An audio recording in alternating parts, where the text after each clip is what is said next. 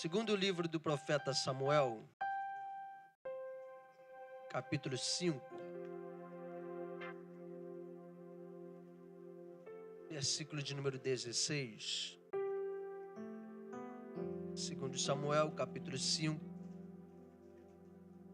apenas o versículo de número 16. Enquanto você localiza o texto, quero louvar a Deus por estar aqui. Eu amo essa casa, amo esse lugar. Estar aqui é sempre uma honra, um privilégio. Louvo a Deus pela vida dos pastores dessa igreja. Pastor Helder, Deus abençoe. Pastor Antônio, Pastor Davidson, Pastor Igor que está ali. Nossos amigos, todos os amigos que estão aí. Caio, Deus abençoe. Evangelista John, nosso amigo Felipe, Deus abençoe. Todos os nossos irmãos aí. Deus seja louvado pela vida de cada um. Deus colocou uma palavra no meu coração e eu preciso compartilhar com os meus irmãos. Os que encontraram, digam amém. Segundo Samuel 5,16 está escrito assim: e eles ama, e Eliada, e Elifelete. Eu vou contar até 3. Vou pedir para os irmãos repetir esses nomes. 1, 2, 3. Se assente adorando ao Senhor, vamos ouvir a boa palavra de Deus.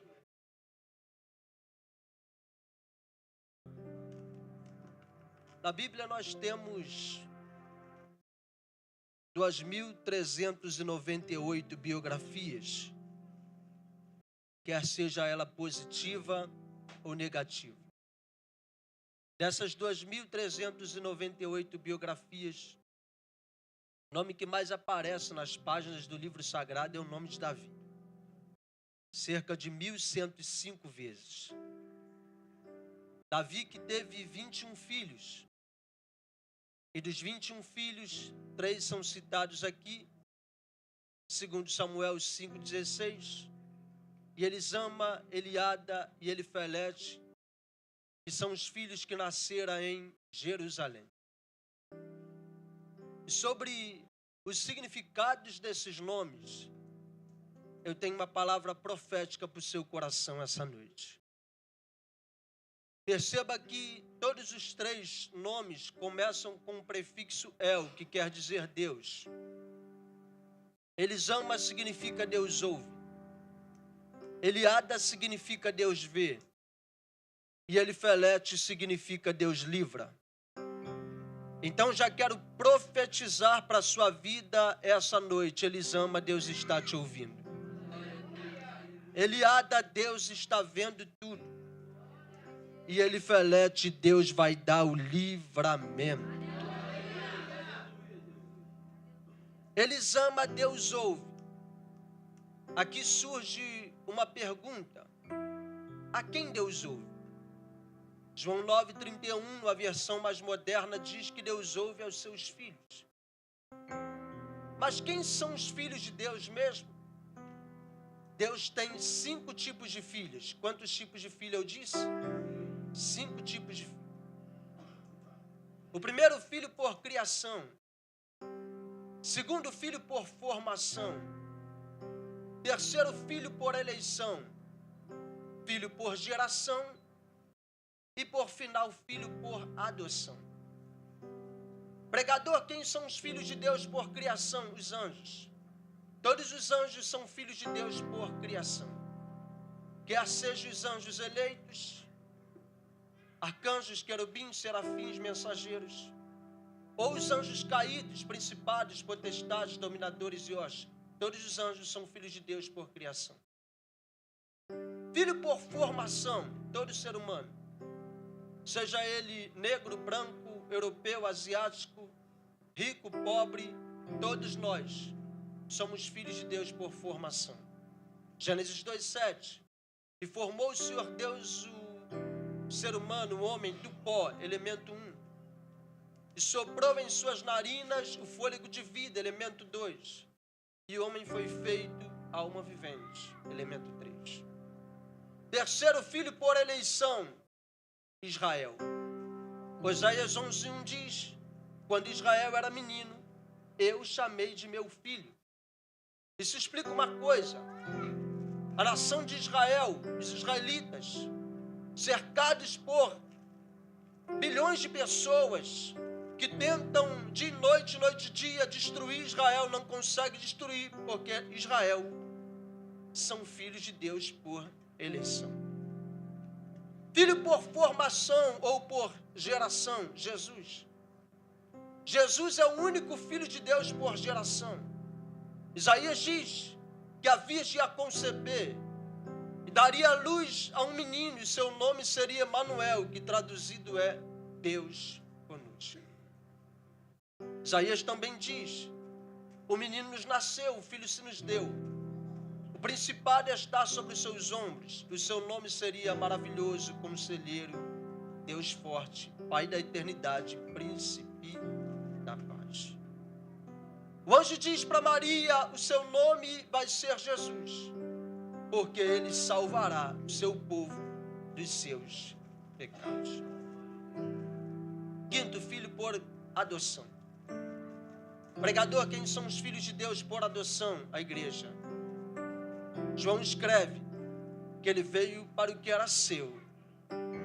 Os seus não receberam, mas a todos quantos receberam, deu-lhes o poder de serem feitos filhos seus, os quais não nasceram da vontade da carne, nem da vontade do sangue, nem da vontade do varão, mas nasceram da vontade de Deus.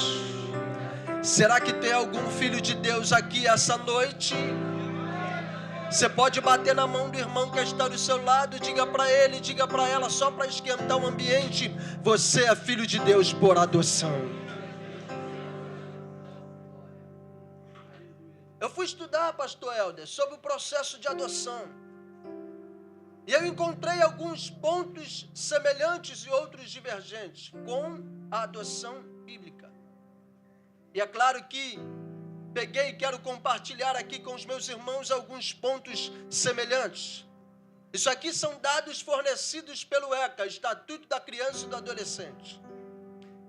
Primeiro ponto que eu gostaria de compartilhar com os meus irmãos aqui, do processo de adoção no Brasil. A adoção no Brasil confere ao filho adotado os mesmos direitos do filho legítimo. Olha o que Paulo escreve em Romanos, capítulo 8, versículo 17: se nós somos filhos, somos logo herdeiros também, verdadeiramente herdeiros de Deus, co-herdeiros de Cristo, se é certo que com ele padecemos, para que também com ele sejamos glorificados. A expressão co aqui vem do latim, que quer dizer em comum ou em conjunto. Logo nós compreendemos expressões como cooperador. O que seria o cooperador? Aquele que opera junto. Coparticipante, seria o coparticipante, aquele que participa junto. Se Paulo escreve e diz que nós somos herdeiros e co-herdeiros com Cristo, logo, se somos co-herdeiros, todas as bênçãos de Deus herdadas por Cristo, nós herdaremos com Ele também pela fé. Segundo ponto, todos os vínculos jurídicos existentes com os pais biológicos são anulados no ato da adoção. O vínculo com o passado, o vínculo com o pecado, o vínculo com o adultério, o vínculo com a prostituição foi quebrado, destruído, aniquilado, arrebentado. Por quê? Porque você foi adotado. Terceiro ponto. A adoção no Brasil, escute isso aqui, nunca é feita por procuração. Muita coisa no Brasil é feita por procuração, sim ou não? Mas a adoção não. Por quê? O interessado precisa ir lá pessoalmente. Jesus poderia resolver o nosso problema enviando um anjo, sim ou não? Poderia escolher alguém do antigo pacto, da antiga aliança, do Antigo Testamento para resolver o nosso problema, mas Ele mesmo veio pessoalmente aqui para resolver o meu e o seu problema. Filipenses Filipenses, Paulo diz que, sendo Deus, não teve por usurpação ser igual a Deus. Ele esvaziou-se de si mesmo e veio aqui, tomou a forma de homem, de servo, e se fez semelhante aos homens, para resolver o meu e o seu problema.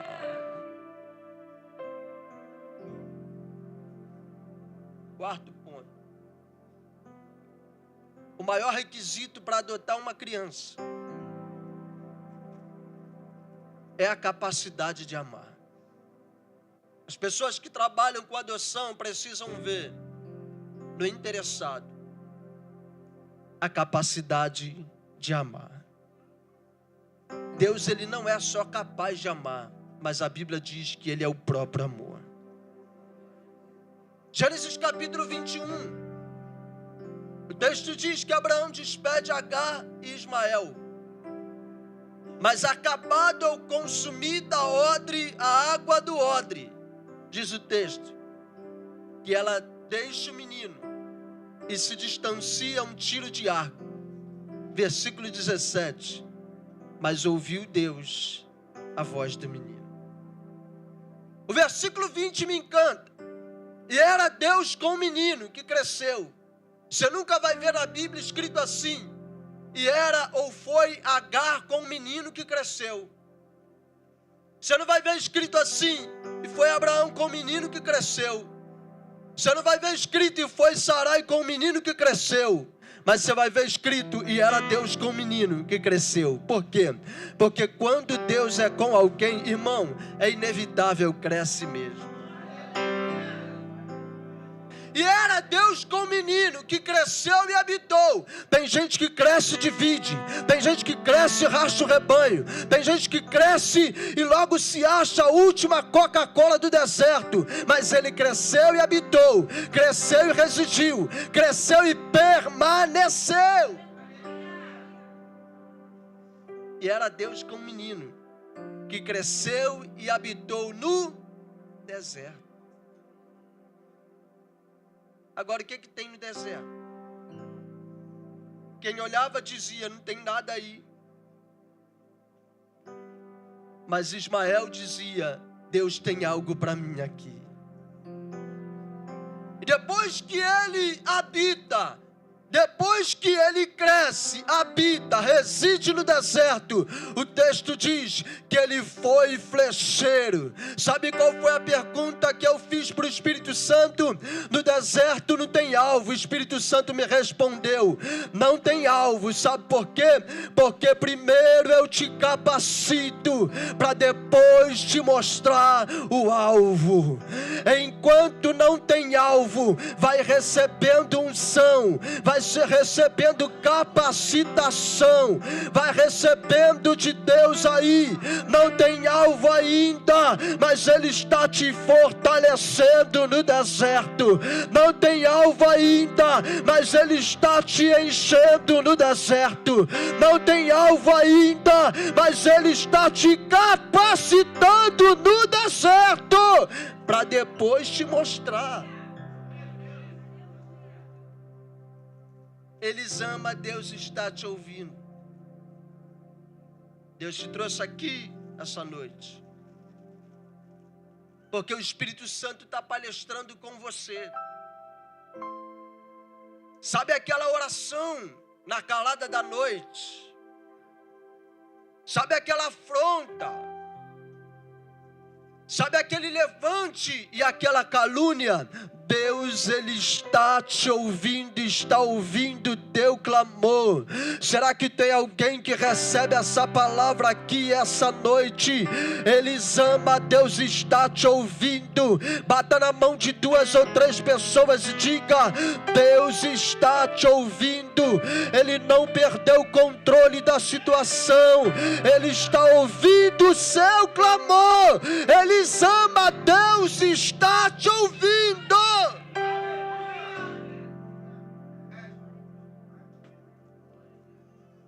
Mas não tem só o Elisama, tem também o Eliada. Elisama, Deus ouve. Eliada, Deus vê. Provérbios 15:3, os olhos do Senhor estão em todo lugar, contemplando os que são maus e os que são bons também. Hebreus 4:13, não há criatura encoberta diante dele. Antes, todas as coisas estão nuas e patentes perante os olhos daquele com quem nós vamos tratar. Apocalipse 2:18, os olhos dele são como chamas de fogo. Salmo 139, versículo 16, os teus olhos me viram, quando eu era uma substância informe.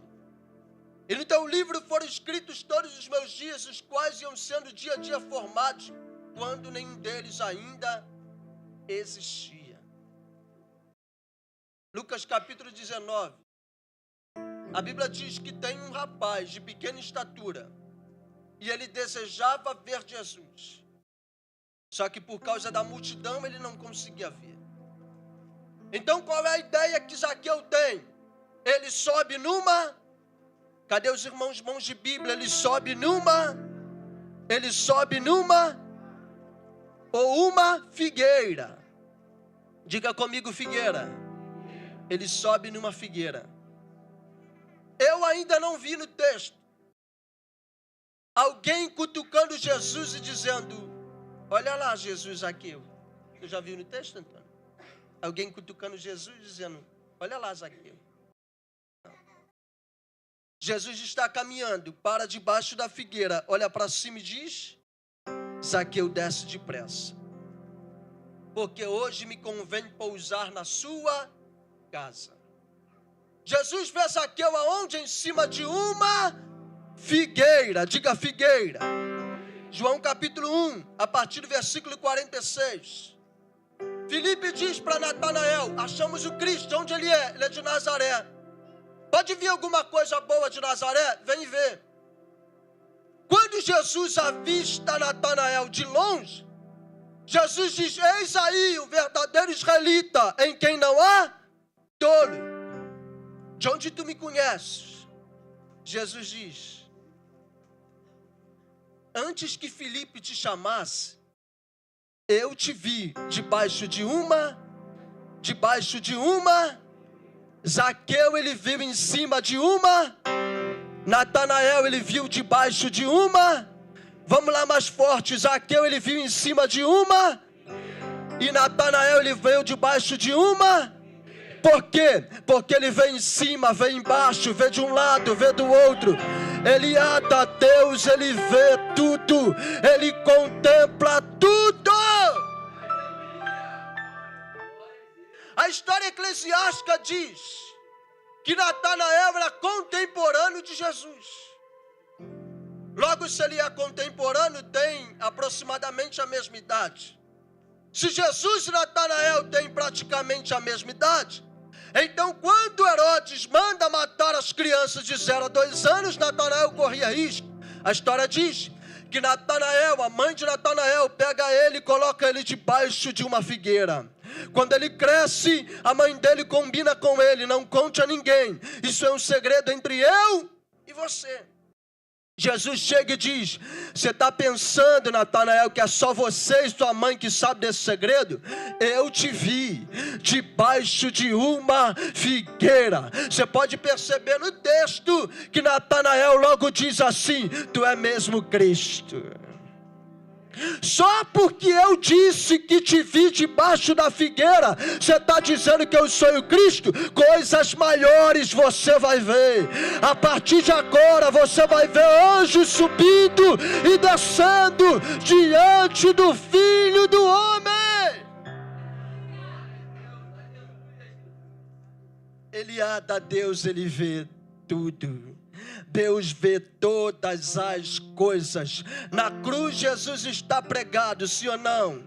Ele olha para baixo, fala com João e Maria. Olha para frente, vê a multidão. Olha para cima, fala com o Pai. Olha para um lado, tem um ladrão. Olha para o outro, tem outro ladrão. Só tem um lugar que Jesus não olha na cruz: para trás. Aí eu entendo Paulo: já estou crucificado com Cristo. Já não sou eu que vivo, mas é Cristo que vive em mim. Todos aqueles que pegam carregam a cruz de Cristo não podem mais olhar para trás. Eliada, Deus está te contemplando essa noite. Eliada, Deus está vendo tudo.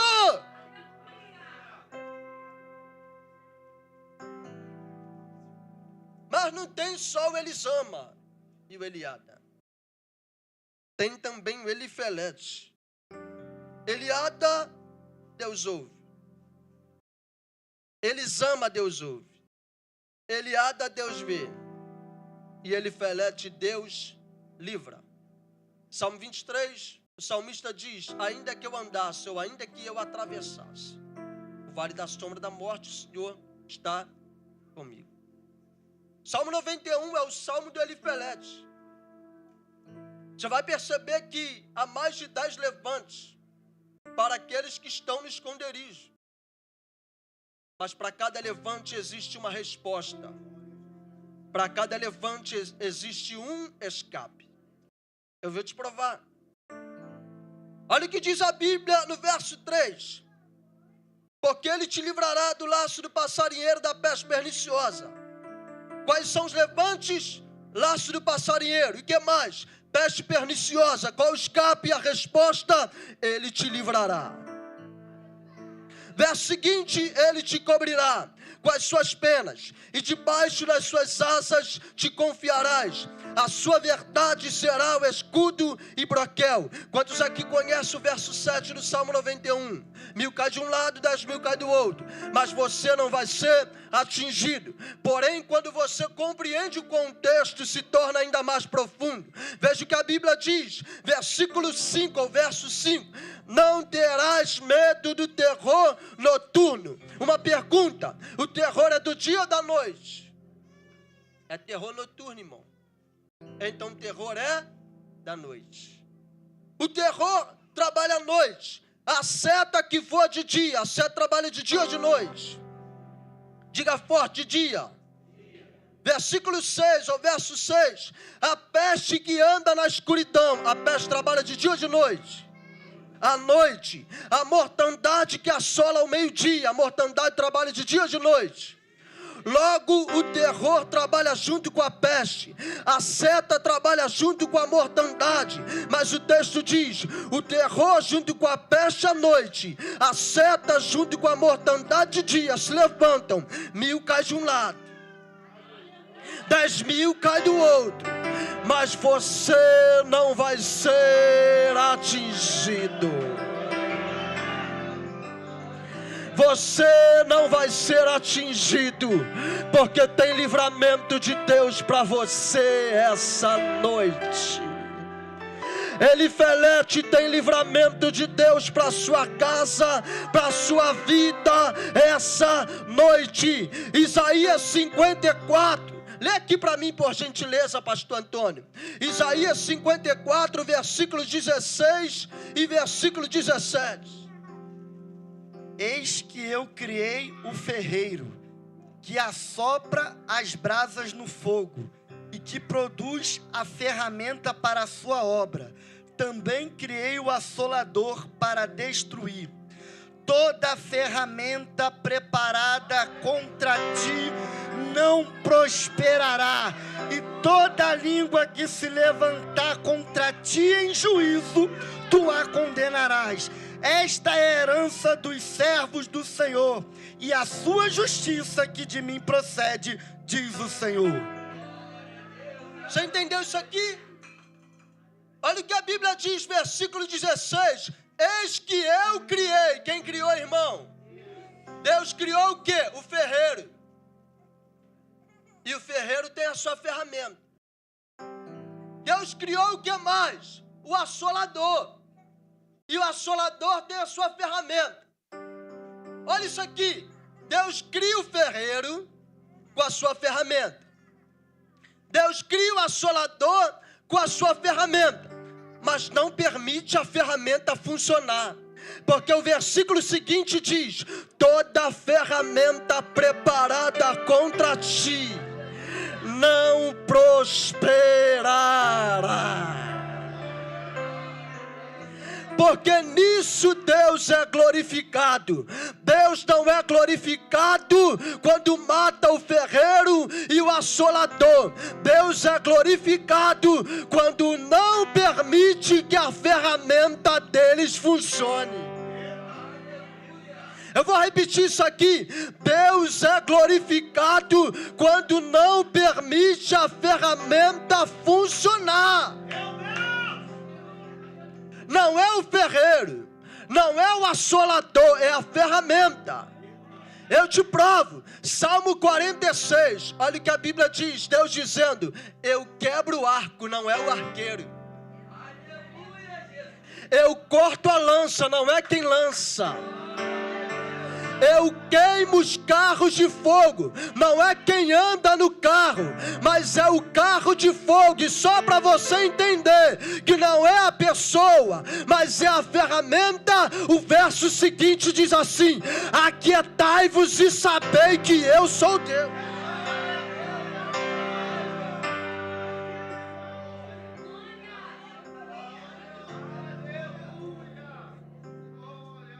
Escute isso aqui que eu vou dizer agora.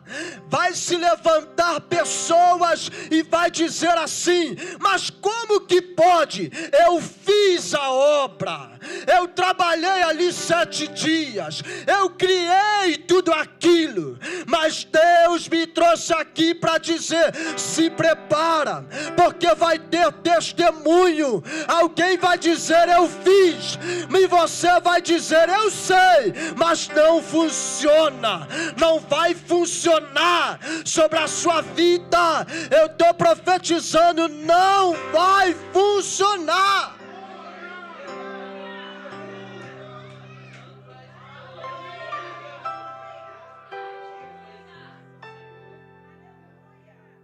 Olha o que diz o Salmo: nenhum mal te sucederá,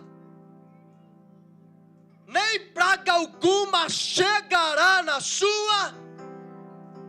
Irmão, a garantia não é que não vai sair, a garantia é: não vai chegar. É Deus dizendo: pode até sair, só não vai chegar. Pode até sair, mas vai errar o seu endereço.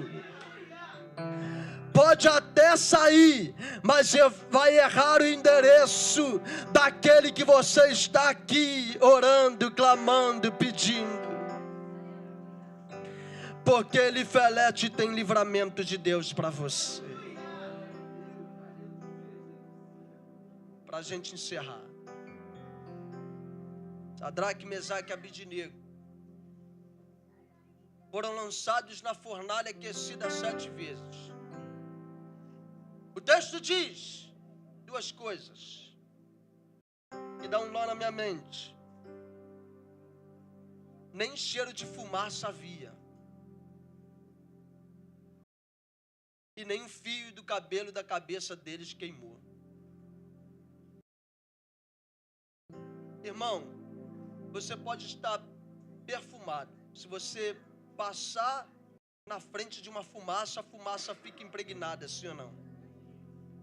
Eles foram lançados numa fornalha e tirados de lá, e o texto diz: não havia cheiro de fumaça. E o que mais? Nem o fio do cabelo da cabeça deles queimou. Escute isso aqui: quando Deus resolve livrar, irmão, Satanás não toca nem no fio do cabelo da sua cabeça. Quando Deus resolve livrar, Satanás não pode tocar em você, não pode tocar na tua casa, não pode tocar na tua família. Daniel, capítulo 1. Daniel decide não se contaminar. Daniel 2, ele está interpretando o sonho. No 4, interpretando o sonho. No 5, ele interpreta o que a mão misteriosa escreve na parede. E no 6, ele está na cova. Você olhar com o olhar natural, você vai murmurar. Como que alguém que fez tanto para Deus, desde o capítulo 1, no 6 ele está na cova. Sabe o que é isso? Capítulo 1 é Daniel com Deus. Ele faz para Deus. Capítulo 2, ele faz para Deus. É Daniel com Deus. Capítulo 4, Daniel com Deus. Ele faz para Deus. Capítulo 5, Daniel com Deus. Agora no 6, não é Daniel com Deus. No 6 é Deus com Daniel. Porque alguém que fez tanto, Deus ele não deve nada para ninguém. Elifelete tem livramento de Deus para você essa noite. Você pode pegar a mão do irmão que está do seu lado. Diga para ele, diga para ela, Elisama, Deus está te ouvindo. Diga, Eliada, Deus está vendo tudo. Diga, Elifelete, Deus tem livramento. Diga, em nome de Jesus. Diga, saia com essa palavra aqui essa noite. Vai ter testemunho, irmão. Se prepara para contar testemunho de vitória. Se prepara para contar testemunho. Se prepara para você encontrar tudo diferente lá na tua casa essa noite. Será que tem alguém aqui comigo essa noite? Elisama, Eliada, Elifelete, Deus está te ouvindo, Deus está vendo tudo e tem livramento de Deus para você essa noite.